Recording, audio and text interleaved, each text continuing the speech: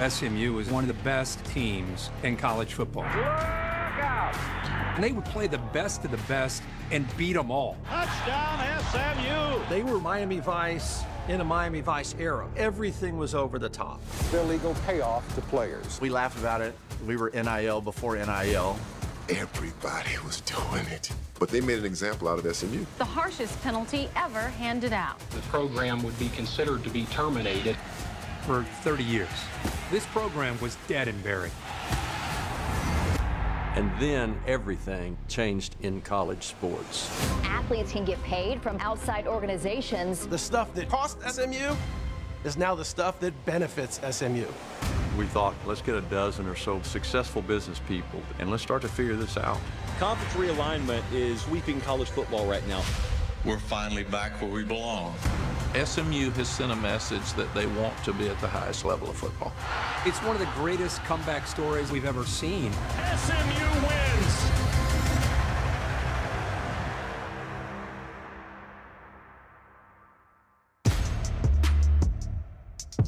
Timing's big in life, and sometimes things just line up. The Pony's one of the great stories in college football. I've been connected to SMU for over 5 decades, and there has not been a time where there's greater excitement.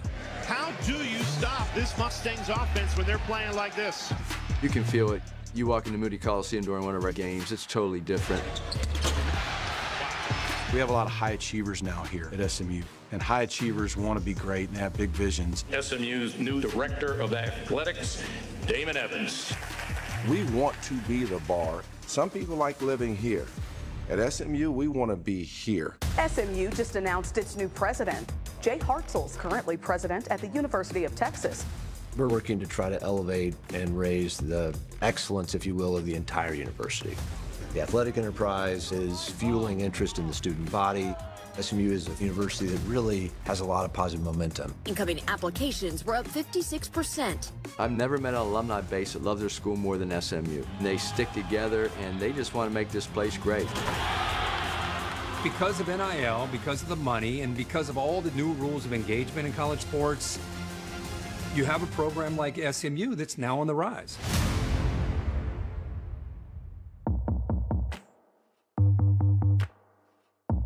This is kind of like a little oasis in the middle of Dallas. Everything's pristine. There's not a hedge out of place, not a stick out of place on the grass. We're talking about one of the wealthiest zip codes in the country. This is generational money. And Dallas is as big as it gets. If you are looking at sports and business and kind of a crossroads where they meet, you got Jerry Jones, you got Mark Cuban, you got George Bush was a former owner of the Texas Rangers. I don't know if anybody does it bigger than Dallas. Let's go, Cowboys! People in Dallas love their sports. Look how they rally behind the Cowboys. Look at how they rally behind the Mavericks. This town loves a winner. And they don't tolerate a loser, but they love a winner. And SMU has a rich athletic history. From the Cotton Bowl in Dallas before a sellout crowd, SMU lays a perfect conference record on the line against that TCU team. SMU football really has a very deep tradition. Going back to the 30s and 40s, it was one of the best teams in the country. I mean, Doak Walker played at SMU. The Cotton Bowl was called the house that Doak built. It's Doak Walker of Southern Methodist.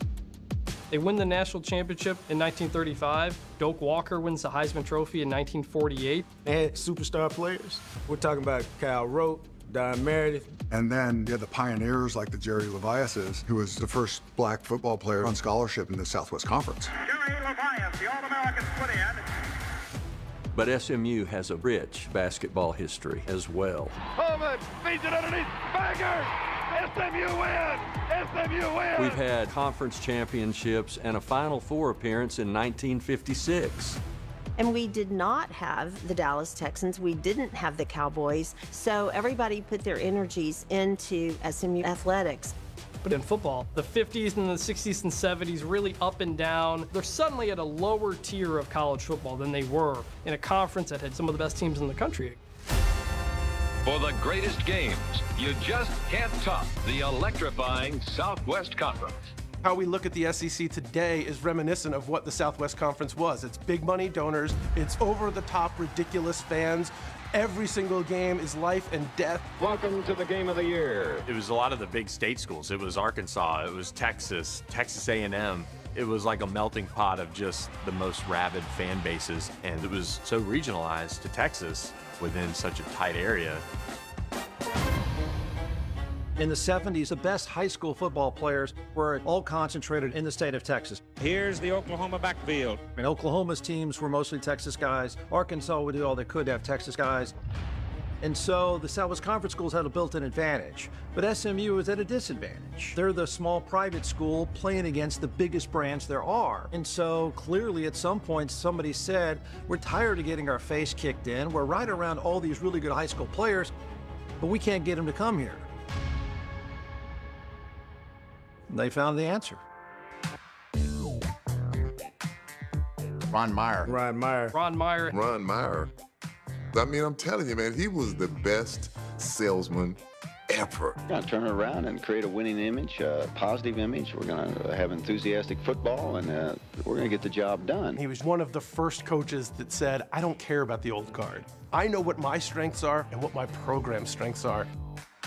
And by God, we're going to flaunt it. Recruiting is very competitive in the state of Texas, and it should be, because this state has tremendous talent. I never even heard of SMU when they recruited me.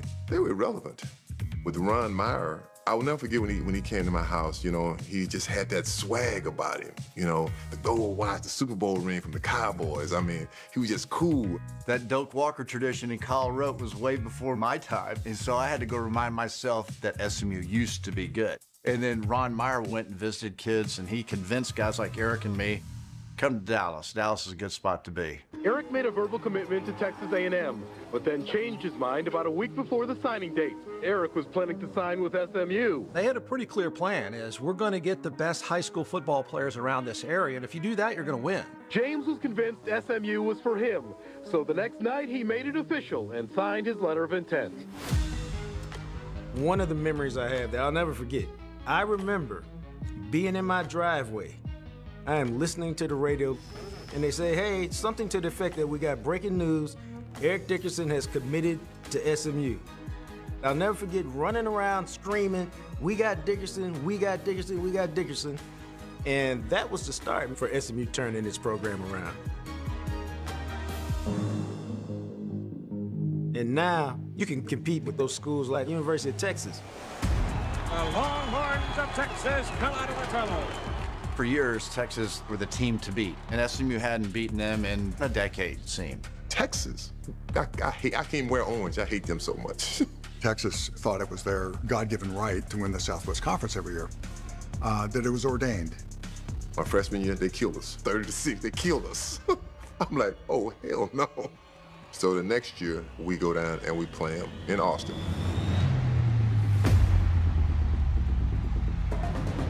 Texas are #2 in the country. We're in the locker room. Our center at the time takes a plastic helmet with a UT logo on it, smashes it in his hand, and he said, let's go beat them. And we flew out of that locker room. And that was the day that started up the Pony Express. Lance McElhaney, number 11, the man to watch, will be at quarterback. Lance McElhaney was very important to that equation. I mean, we call him the magic man because, let me tell you something, Lance could get that ball out so quick, man. McElhaney slides, pitches it out. James has got it. He's in the open. James will go all the way. It'll be a touchdown for SMU. He was just aggressive and he was confident. McElhaney to the 20, down to the 15-yard line. And that confidence spilled over with us. Craig James, the marvelous running back. We had a lot of guys moving parts in all positions, offensively and defensively. Comes to the near side, pass intercepted on the 20, to the 15, to the 10, and in for a score. It was a good time to be at SMU.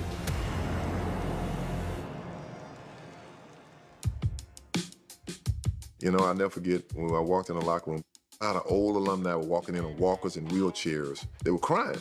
I've just been waiting 20 years for this day. I'll never forget it. I said, man, I hope that's not us one day.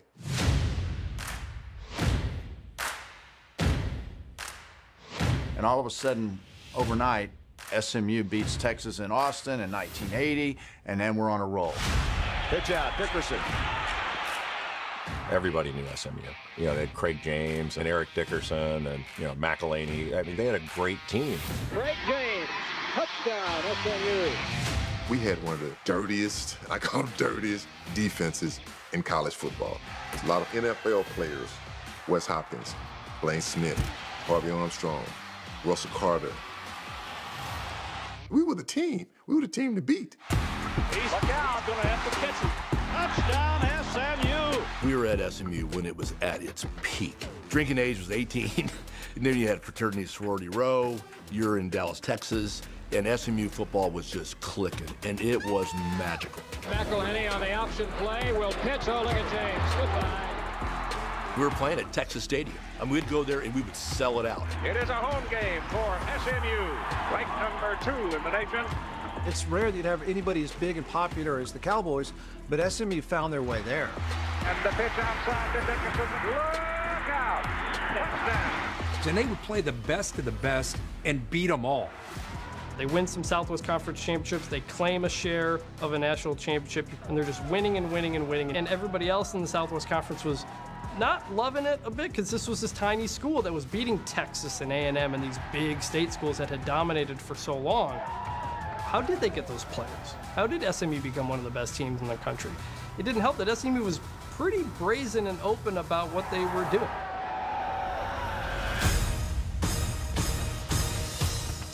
They were Miami Vice in a Miami Vice era, right? Everything was over the top. Everyone was handing out the money and buying cocktails. It was wild. We laugh about it. We were NIL before NIL, but everyone knew what was going on. What we were doing at SMU was being done all around the nation. Everybody was doing it. It was no secret that they were doing it, but they came after us because we were the small kid on the block, and you're not supposed to be that good. Ron told me this years later. He said, Eric, you didn't know NCAA was at the university Monday morning investigating us because we beat Texas.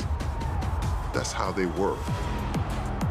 It really is hard to describe how Wild West the Southwest Conference was. 7 different schools were on probation for NCAA violations in either football or men's basketball.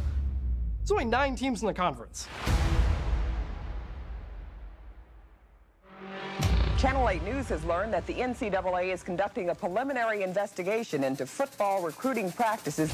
This is what everybody was doing, and SMU decided we're going to do it better. They were put on probation, 4 or 5 times? Illegal payoff to players. It didn't stop because they were winning. 13 SMU players received over $60,000 from a booster fund.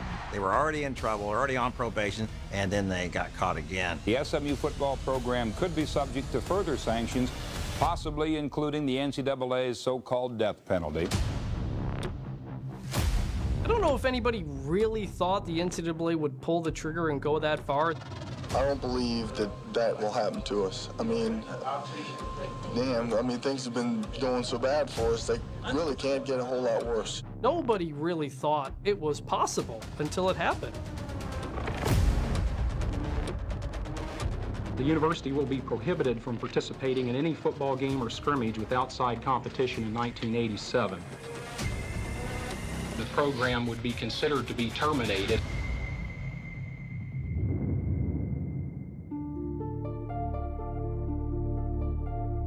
I hate the NCAA just like I hate the University of Texas. I think they're a bunch of pimps. They're the pimps and the players are the whores, basically. They pimped these kids for so long, all of us, and they made an example out of SMU. That's what they did. The Mustangs won't play football this year. It's the harshest penalty ever handed out. They would have never did to Texas, they never did to Notre Dame, you know, USC, Ohio State, you know, those big schools. But a small school, they made an example of. I mean, everybody's just in shock right now. Everybody's walking around in a daze. I think everybody was just absolutely dumbfounded. I know I was. I was tired of the reporters, and it was such a toxic environment. I'm tired of being called a crook, and I'm tired of you people sticking cameras in my face, and that's all I got to say, man.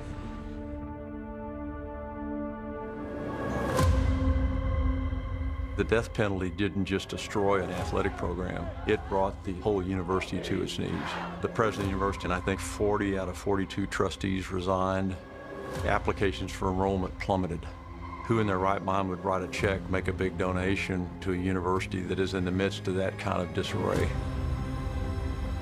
It was like a cloud moved over the university, and that cloud didn't depart for a very long time.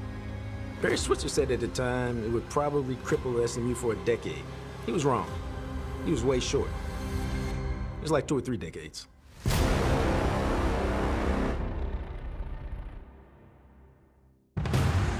For the first time since the death penalty, the Mustangs were returning to life with only 41 players on scholarship. SMU comes back, but it was going to take a while. You had to completely rebuild the program from nothing.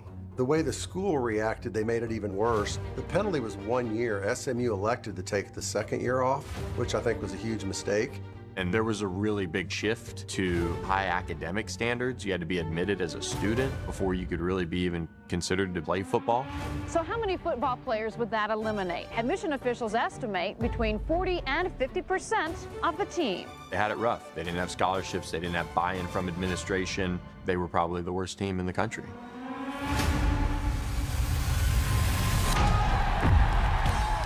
And here come the 1989 Mustangs. I'm really excited about having football back because I really want to cheer for my team. So we might lose, get our butts kicked every week, but still, hey, still excited about it. We look like not even a high school team. We look like an elementary team. You cannot have guys playing against guys that look like NFL players playing against, they look like kids. It's not gonna work. Look at the protection. Into the end zone and a great catch. Hated to see those young kids go out there and get beat 50-0. Tony pitches it to Waters. Waters turns the corner this time, still on his feet. Touchdown, Notre Dame. Like that Houston beat them 95-21. I mean, you think that's fun for those kids? That was embarrassing. That was painful to watch. I was at every one of those games. It was not a fun time. We played Baylor. We went on the field watching them warm up. I'm like, we're gonna get crushed. Boy, that's a hit. And we kept seeing it over and over again. SMU gets hit with a double whammy. You get the death penalty, and it's going to take years to build that back. But then in the mid-1990s, the Southwest Conference dissolves. It's the beginning of the end for the Southwest Conference. The Big 8 has invited 4 schools to join up, and the Big 8 would become the Big 12. For SMU not to be included in the Big 12 was just disastrous for us. The 4 outcast schools wait and watch, with little control over their own fate. It took a while to kind of get over the shock to where you could get to working, okay, how do we go about reestablishing ourselves? We never knew from year to year what conference we're in, who we're playing. I mean, we were lost in the desert. People forgot what the heritage of SMU was, what it needed to be, what our past was. I was one of the people that said, look, if you're not gonna get serious about football, get rid of it. Oh, they're not going to stop that one. 4 touchdown passes for Graham Harrell. 1-10, 1-11, 2-9. You know, no games won. You think anybody come to the game? Absolutely not. Who wants to see that? Nobody wants to see that. There's nobody at the games, you know. People wouldn't come in from the boulevard. You know, it's a very nice tailgating area. And people decided, you know, what the heck, let's just stay out here. So they did. Honestly, I didn't think about SMU. I probably didn't say the word Southern Methodist University or SMU for 30 years. This program was dead and buried.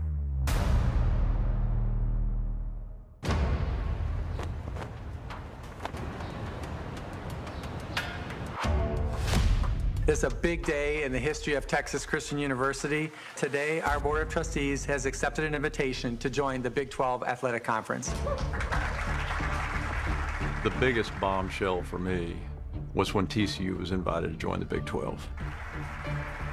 The little brother school gets ahead of you and goes into a power conference well before us. It was terrible.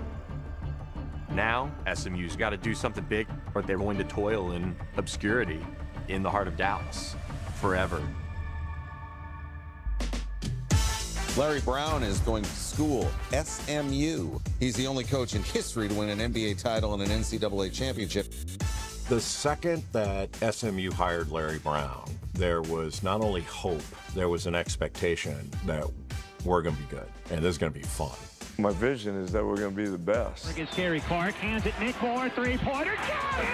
They weren't coming to the football games, but they were going to the basketball games. SMU's raucous student section called the mob because Larry Brown's the godfather. He always had stars around the program. Tony Romo, Allen Iverson, the British Prime Minister coming to join George Bush courtside. You can do this in basketball in 2 years, sell the place out. I mean, if we can get football going, we can do the same thing. We had, in essence, a blueprint for football, and getting Sonny Dykes to come here was a significant step up. The next head coach at SMU, Sonny Dykes. That's when SMU starts getting the momentum. You're winning 8-9 games again. You're on College game day.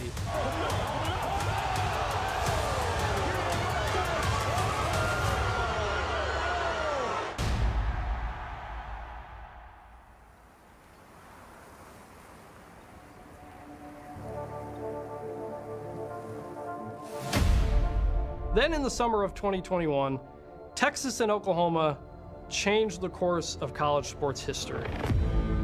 Texas and Oklahoma have reached out to the SEC about joining the conference. What could be a major shift in college football.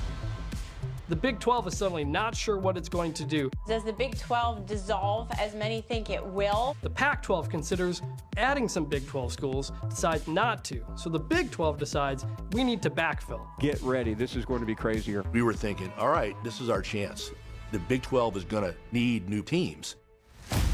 I had several meetings with Brett Yormark as head of the Big 12. His early reaction to SMU was highly, highly favorable. This is before he got the pushback from some of our competitors. And so UCF, Houston, Cincinnati, and BYU are invited to join the Big 12. And we get left behind. It was painful. The Big 12 schools around here did not want to have to compete with us. As one of the presidents told me, it was just a business deal. You know, you didn't want to fund one of your competitors. Through each decade, it just seems like every turn, they're used to kind of getting kicked to the curb, being left out. It's almost like, you know, waving the white flag to a certain degree. And then at the end of the 2021 season, Sonny Dykes leaves. And he doesn't just leave. He leaves for TCU, the crosstown rival of SMU. We just lost a great coach, and what are we doing? How are we going to continue this ascendancy? That galvanized our community to say, okay, we got to get this done. Boosters were pissed, motivated, and as SMU has shown throughout its history, that's a dangerous combination. The Mustangs are hiring Miami offensive coordinator Rhett Lashley to take over the program. Lashley was offensive coordinator under Dykes at SMU for 2 seasons. When Bill Armstrong and David Miller and they're saying, look, we're going to go all in on making a push to get in a power conference. We're going to do everything we can to raise money to get a facility. They're going to build a $65 million training complex, new locker room, new weight room. We need to go win. That's all I needed to hear.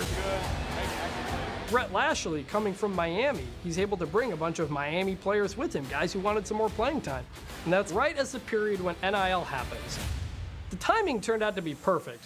A game changer, really, for student athletes. The league's board of directors clearing the way for them to make money from endorsements and other ventures. NIL is the best thing that could have happened to you. The stuff that used to cost SMU is now the stuff that benefits SMU. Allowing them to earn money on lucrative endorsements, personal appearances, even autograph signings. It was almost like the shackles came off of us. I mean, I think everybody's eyes lit up and started rubbing your hands together, saying, all right, we can play this game. You're sure you can handle all this horsepower? This isn't the 80s anymore. It's almost like early 80s, late 70s all over again when they're an afterthought. And so I think, again, they got mad and said, screw this, watch what we'll do. What's my smoke?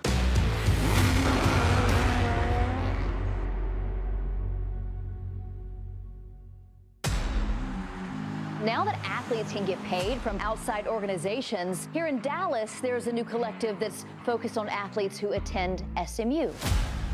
Donors start to group together and become what's called collectives, where they can funnel deals to players through signings or appearances and all these things for lots of money.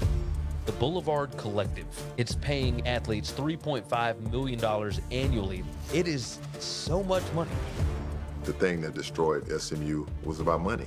So it's ironic that now that same thing, money, is enabling SMU to get back into it, well, because it's legal. Our idea was to build the gold standard of NIL collectives that our donor base could trust in and rely on, that we were going to do it the right way. And so we're going to play by the rules, but we're going to win. We're in the best market in the country. We can get the best players to want to come here. Get on my back. We're doing this. Same pony. New Express. SMU had the NIL, they had the transfer portal rolling, they had facilities, they got Rhett Lashley.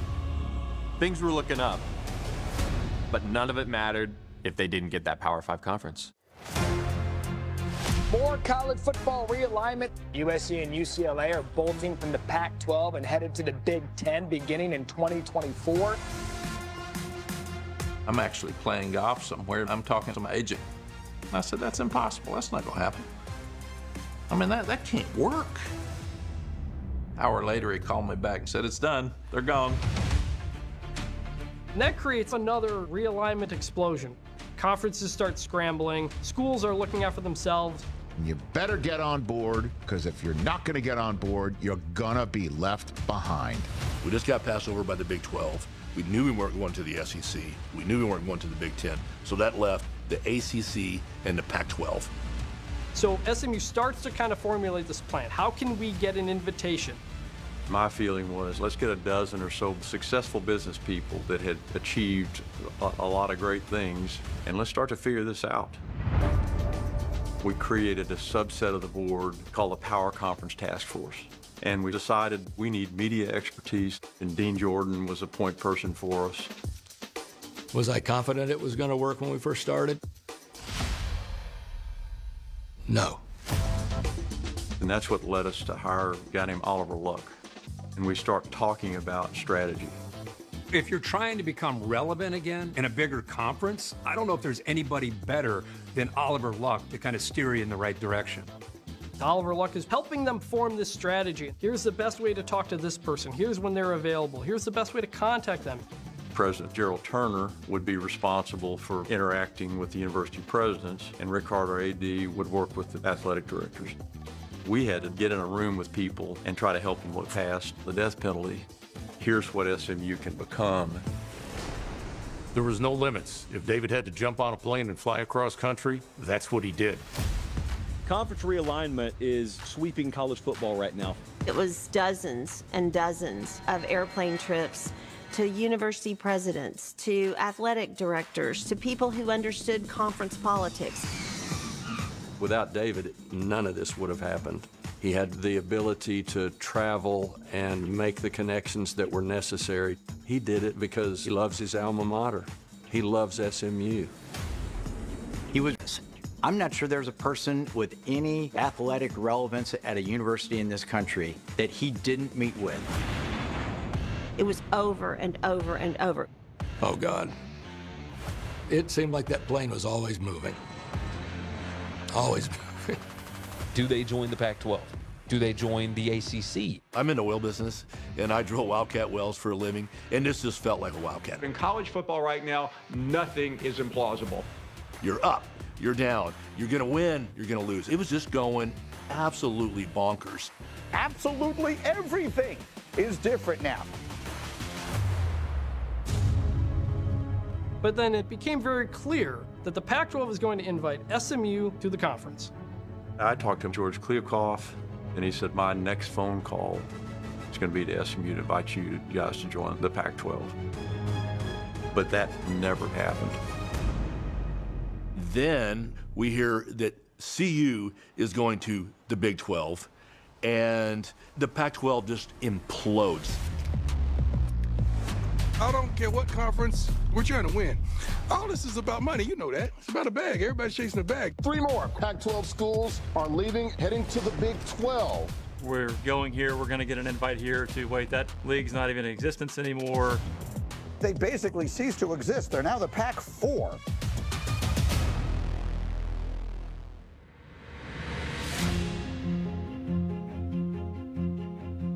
And then we're wondering what's going to happen with the ACC. Are they going to expand? This has just been the craziest offseason as far as realignment that I've ever seen.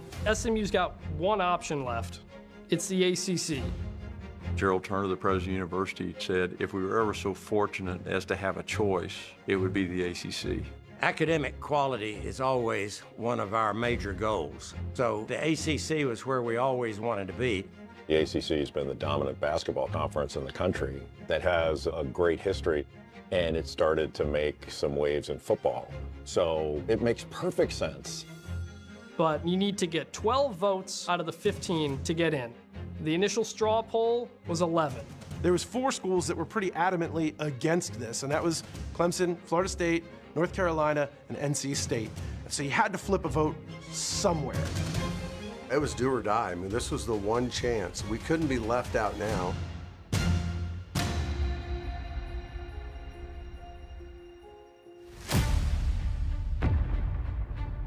We're 1 vote short.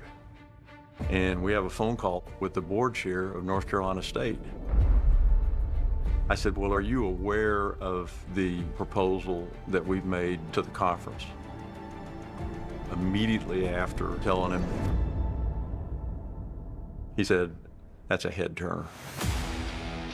We have breaking news in college sports with the ACC presidents and chancellors voting this morning to add 3 new schools, Stanford, Cal, and SMU. Southern Methodist University is making the leap to the Atlantic Coast Conference. You now have the ACC footprint in the state of Texas.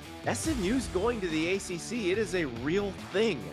My kids are at the kitchen counter eating breakfast. I get a text message from David Miller that says we're in with like 10 exclamation points. Turned out it was NC State that flipped. SMU will not receive any television revenue for the next 9 years, an apparent move to appease current ACC members. Sitting down with David Miller and Oliver Luck, Gerald Turner and Rick Hart, and what they were willing to do to be in the ACC. It's hard to say no to those guys. They do things big in that state, which they like to remind me of all the time. We're finally back where we belong. SMU raised $100 million to help its transition to the ACC. They got this money in 7 days. Only thing they were leaving behind was the $7 or $8 million a year they were making in the American Athletic Conference. So that's not a lot to make up. I've seen what it costs to go to SMU for a year. They don't need the money. They're not hurting for it.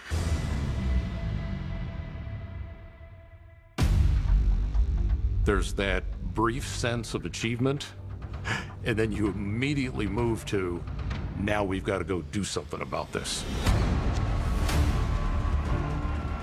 We felt the pressure of, we need to prove that we didn't just get in for other reasons. We got in because we got a dang good football team, and we're building a really good football program. We had a great team. It was awesome. A lot of pressure. The ball's batted in the air. It's going to be intercepted for SMU. Coming left one, Kobe into the 10. Touchdown! And they get their quarterback settled down in Preston Stone. Stone looking, thrown, and caught. Preston Stone looked like a star. Going to slide down to his left, throwing into the end zone, coming back for it. R.J. Maryland, touchdown, SMU! We were on a roll, we were winning, and then we lose our quarterback. Stone, an empty spin move, and perhaps too crafty for his own good. No, Preston Stone's down now. And all of a sudden, a hush here on the hilltop, and Stone clearly in pain. This is the last thing that SMU wanted.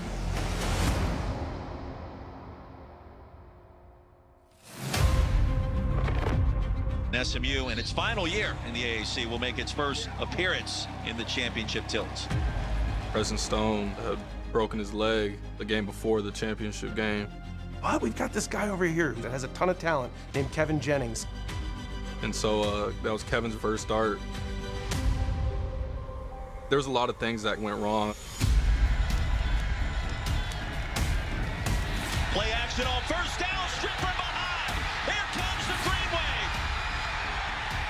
wave. We haven't won a championship in 40 years. Awkward snap, Jennings corrals it, firing towards the end zone and picked off.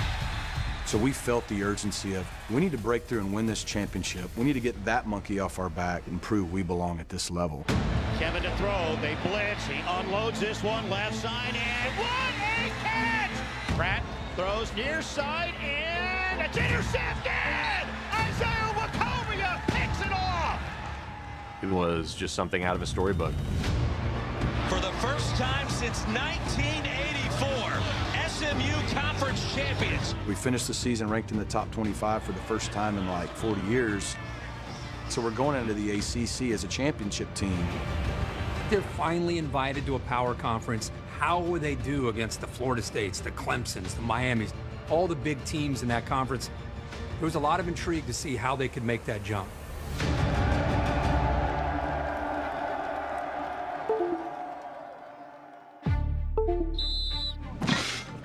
SMU will start their inaugural campaign in the ACC. Until you're dealing with that grind week in, week out, the ACC is a hell of a lot different. Nobody on a national scope really thought about SMU in the ACC before the season started. Not bad. Than the teams in the ACC. I don't think they were worried about it.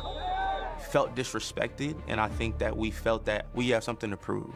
That's the secret sauce. I think we have a chip on our shoulder. A lot of other universities can claim to have a chip on their shoulder, but they haven't gone through what SMU has gone through.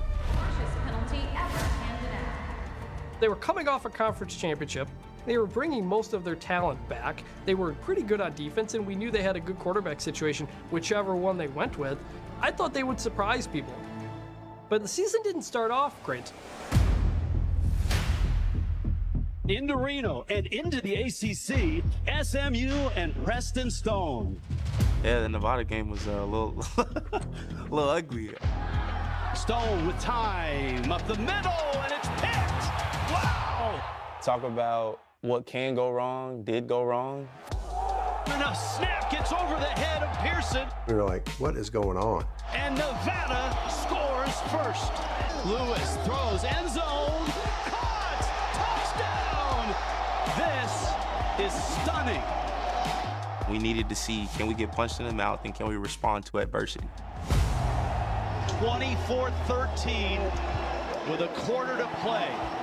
It was a dogfight, and that's really what we had needed at that time. Has some pressure coming. Lobs this one down the right side. R.J. Maryland in Nevada territory at the 41-yard line. We needed our defense to say, okay, we got to get a stop on this possession. They have him in the end zone. I think it's going to be a safety. Safety Mustangs. Coach Lashley, he always gives the great calls, and so I just look over, see the signal, and I run that go route. Stone to throw. Does. Down the left side, and R.J. Maryland! Touchdown! I mean, that was a huge game for us. I mean, we lose that game, it's a whole different season. SMU is going to escape, and I mean escape, Reno with a Week 0 win.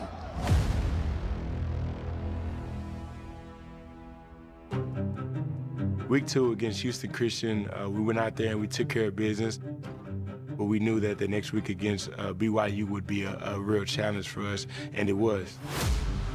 Preston Stone will start the game, but we will see the talented Kevin Jennings as well. Anywhere in the country, these two guys would be starting. They just happen to be on the campus of SMU.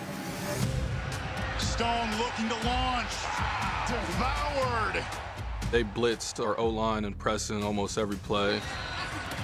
He gets sacked again. And it was really getting to him. I asked Rhett Lashley who he's going to go with in the second half, and right away he said Kevin Jennings. Another third down. Here's the blitz, the pressure. Jennings completes over the middle. First down. The QB controversy can sink a team. And when you look at sort of the way that those early 3 games on the schedule played out, BYU comes away with a hard-fought 3-point win in Big D. The number one question Rhett Lashley has, who gives us the best chance to win these games?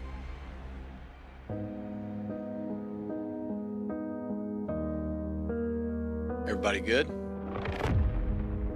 When it comes to the quarterback situation, I think we've got a clear direction now on consistency. Kevin Jennings is going to be our starting quarterback.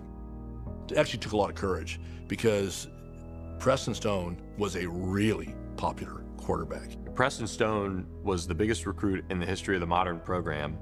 And to go to the relative unknown Kevin Jennings, who they flipped from Missouri State ahead of that big rivalry game with TCU against Sonny Dykes, the stakes couldn't have been higher.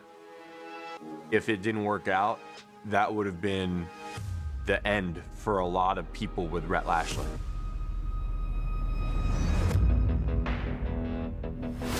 They are fired up in Big D. Renewal of one of the great rivalries in all of college football. 103rd meeting.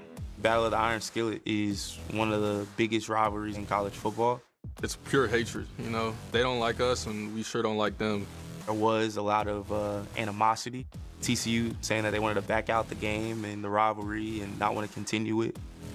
Crosstown rivalries, they're like 30 minutes away from us, and, it's gonna always be some trash talking during that game. We come out, the stadium was just packed.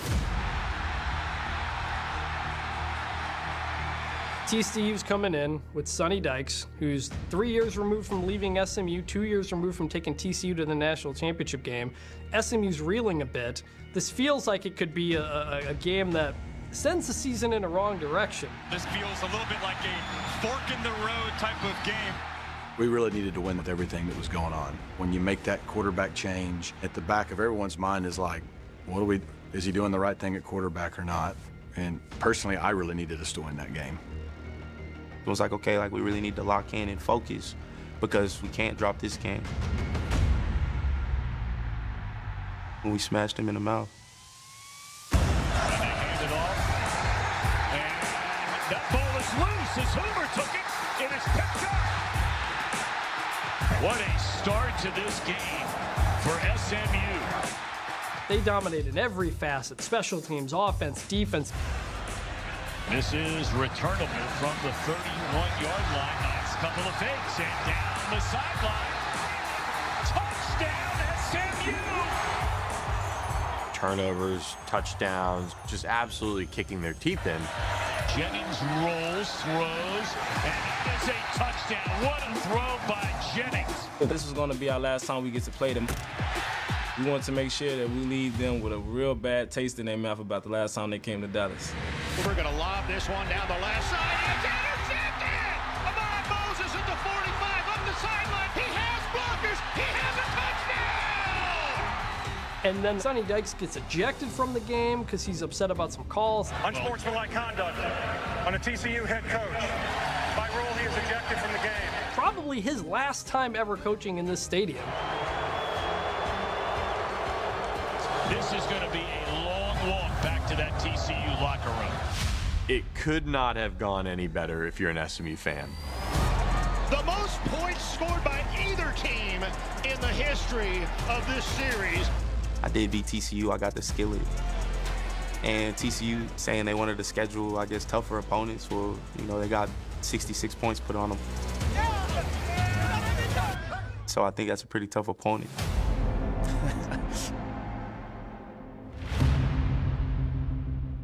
Well, now we're in the big leagues, Power 4, week after week. Guess what? Florida State, the defending champs, are coming to town. A sellout house here tonight at Gerald Ford Stadium. The lights were bright, and there was a lot of attention for that game.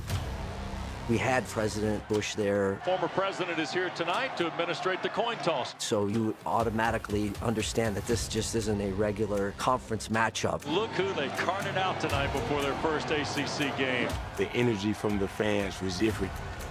The buzz around the city was just different. Now we got a chance to play a major college football team. We will see how we do. Let's see who's most physical up front tonight. They're going to hand to Smith. He'll run right, and he scores. We started running by some of their players with our athletes. I said, We got some players out there. And the handoff to Roderick, flea flicker, wide open, Jordan Hudson, caught at the 10, touchdown SMU! I thought that was Kevin's coming out party because Kevin played really well that game. Jennings wants to cut it loose, sailing for Smith, through traffic, makes the catch and holds on. Here's Jennings looking, corner Maryland, caught, touchdown. This has been 2 straight weeks of outstanding football in all phases of this SMU program. We beat them physically. We were better coached. I mean, that game set us up, and I think said, uh-oh, here they come.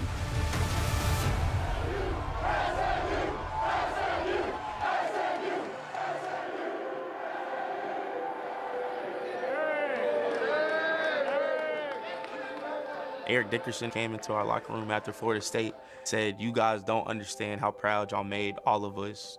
This is a serious football team. Yes, sir. This is how it was when we played back in the 80s. I was that old man. I was an old man. I ain't cry. I didn't cry, but man, was I happy. I mean, I was so excited for it because we haven't seen that kind of excitement in years. Thank you guys for making us proud because we've been waiting 30 years for a day like this. And sure enough, lo and behold, here we are.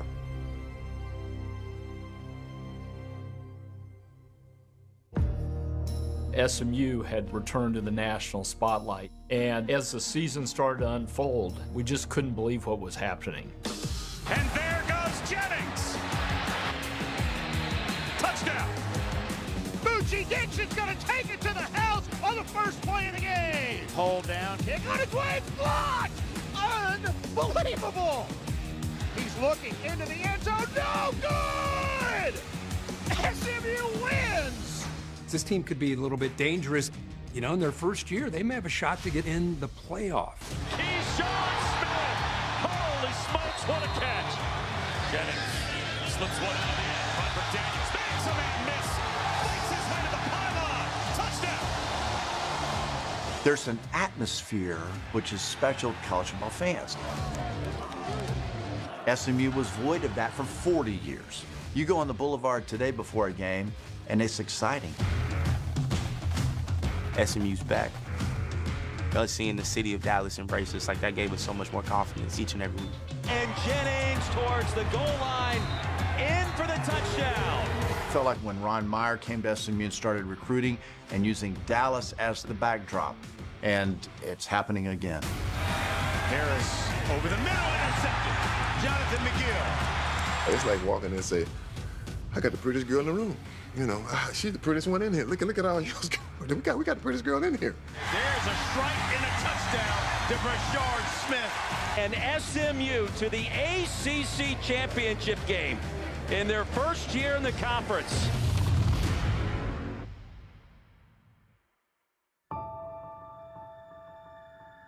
It was kind of surreal. All these years since the death penalty, all the years since when I was at SMU when we had the Pony Express, I'm thinking, we're back. But I wasn't convinced that the country knew we were back until the conference championship game against Clemson. It was a really weird build-up to that Clemson game because at this point, SMU is in the field to make the college football playoff. But if they lose, maybe they're not. From Charlotte, North Carolina, this is the ACC championship game. We go into that game against a team that's been there 8 out of the last 10 times. Our guys were fired up. Maybe a little too fired up.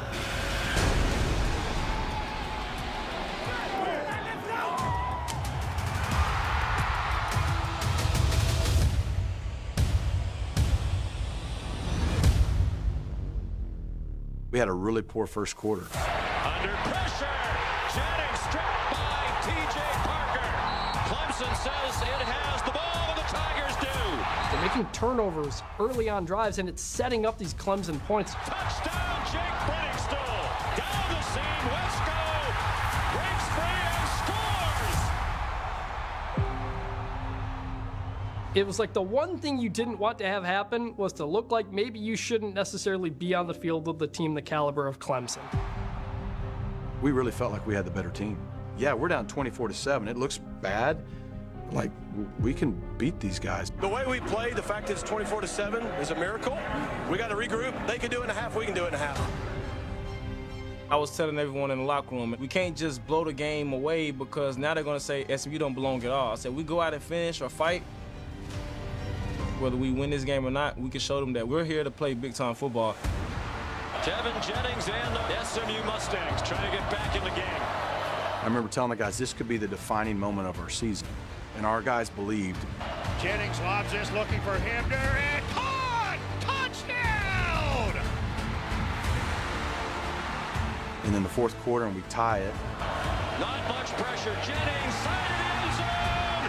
Touchdown! Roderick Daniels Jr. But suddenly you're also thinking, wait, they might actually win this game. It is good. And I have seen enough. This team belongs in the field of 12 in the college football playoff. SMU might not only make the playoff, but win the ACC, get a first-round bye, all of these things that nobody could have ever dreamed of.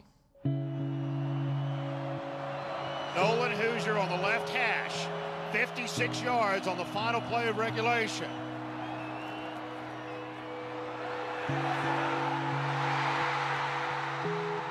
We didn't win the game. You know, credit them, they make a great field goal. But to me, that showed the grit, the resolve of that team and this program, is that we know how to compete. And I was probably as proud of them then as I ever have been.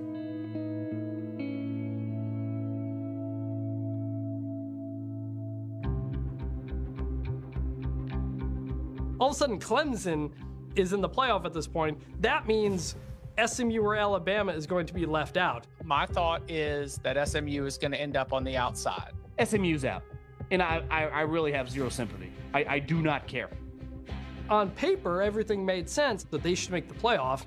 You don't feel fully confident that that's going to happen, and we have drama going into Sunday.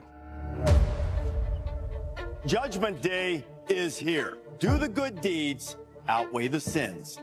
Yeah, I mean, there's a lot of uncertainty. You have to a little bit put your fate in the hands of a committee. And, you know, feeling like your team earned it all year, but you just don't know when you put it in the hands of someone else, especially when you're going up against the likes of a program like Alabama for that last spot. Are they going to choose the brand, or are they going to actually remember what they saw last night? And I was sitting in bed, and I was sweating, my palms are sweating. You look at SMU, they make it to their conference championship game. They lose on the last-second field goal. They don't have any wins against anybody in the top 25. My heart's beating. I feel like, it's Alabama. There's no way they put us in over Alabama. They should have played their way into the championship by having to win in the ACC championship game. Would the committee do what was right or what was easy? One spot remaining. I think we pretty much know the two teams it comes down to. I said, man, they probably gonna put Alabama in because they're Alabama. But I said, man, we deserve to be in that game. And the final spot in the college football playoff, the SMU Mustangs. And when they said SMU, man, I just jumped up. Oh, I was so excited, man. I really was. I'm not gonna lie, I threw my phone and started yelling. I jumped out of bed, yelling. I probably got a noise complaint that day. It validated the hard work. It validated we're back and we belong. It was joyous. I mean, it was like, well, everything we've worked for has come true at some level. Felt like the culmination of essentially 40 years of trying to get back. Hundreds of millions of dollars that everybody put in. The belief that the teams at the top of college football don't necessarily have to be the same teams forever. It's one of the greatest comeback stories I think we've ever seen in college football. To go from a death penalty and to go for decades, they were just irrelevant. And to get to a point you're in the ACC and in your first year, you make it to the college football playoff, that's as good of a story as there is.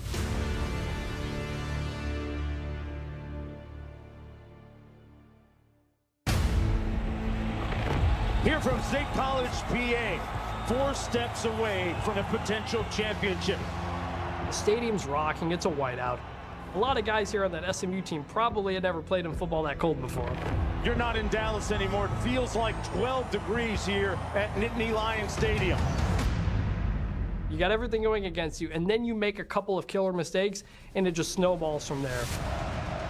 Jennings looking to pass. Open it up, picked off, and it's coming back to Luka. Touchdown! You're not even giving yourself a chance. Touchdown, Penn State!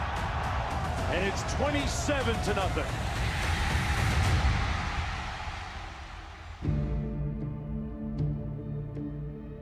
I think the lights were a little bright. There was a little bit of a learning curve there, but it still doesn't diminish the talent they had.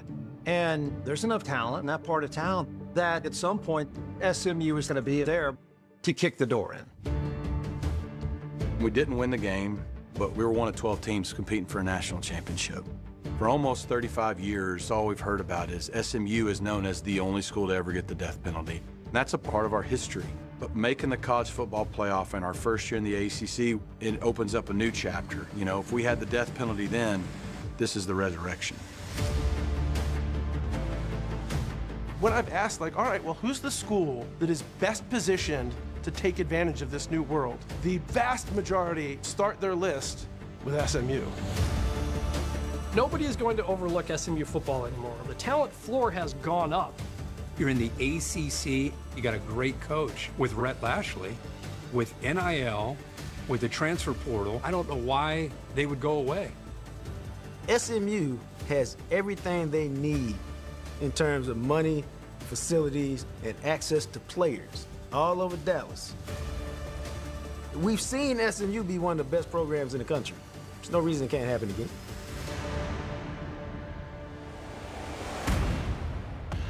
It's not just football. The objective is to become a nationally recognized university. And athletics is just critical in terms of national landscape.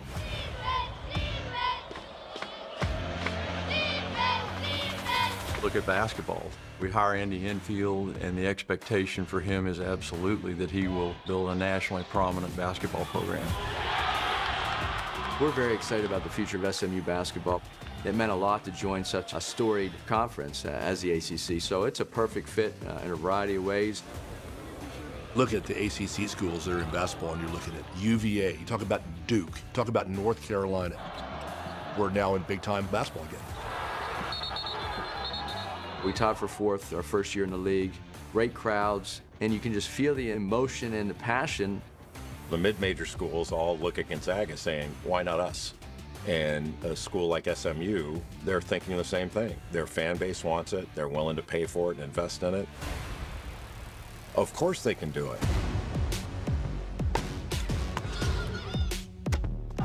We talk a lot here about football and basketball, but one thing that I found here at SMU, our Olympic sports are simply incredible. Our golf program and our tennis team and our swimming teams, we're competitive in every sport. Men's soccer, we had women's volleyball game, a sellout crowd against Nebraska. SMU with a program-defining win. There's something here called Mustang momentum, and that is real, and we're not gonna let that go. We're in the ACC, we're happy to be here, but we're not content, because we're gonna keep driving, brother.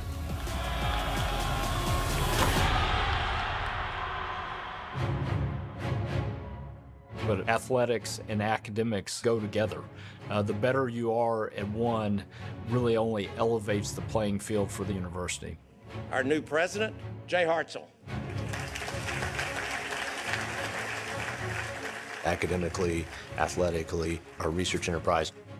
What you're seeing play out is how these things are all interrelated.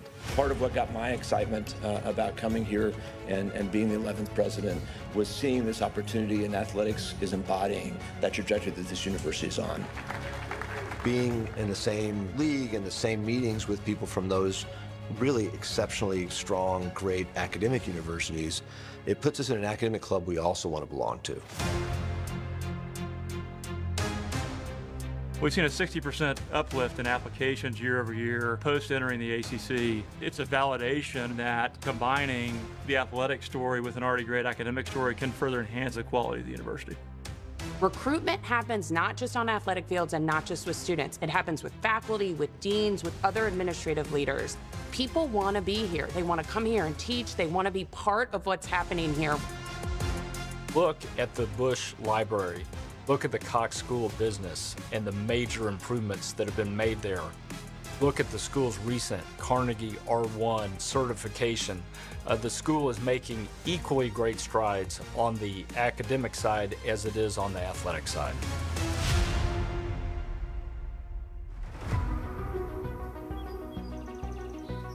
"17 years ago, I said, I'm going to start transforming the perspective about athletics at this university. We had a story that was pretty powerful. It just needed to be told. It's the best time in the history of college football for a non-blue blood to have a chance to play at the highest level. And SMU has sent a message that they want to be at the highest level of football. It gives you a sense of pride when you make it back up to the top. The view's always better the harder the climb is. And I think that SMU had a really hard climb. And now the view is all that much more sweeter. And so that's our challenge now is how do we prove we have staying power? A sleeping giant has been awakened, but we've not achieved our ultimate goal yet in our football program, which is to win another national championship.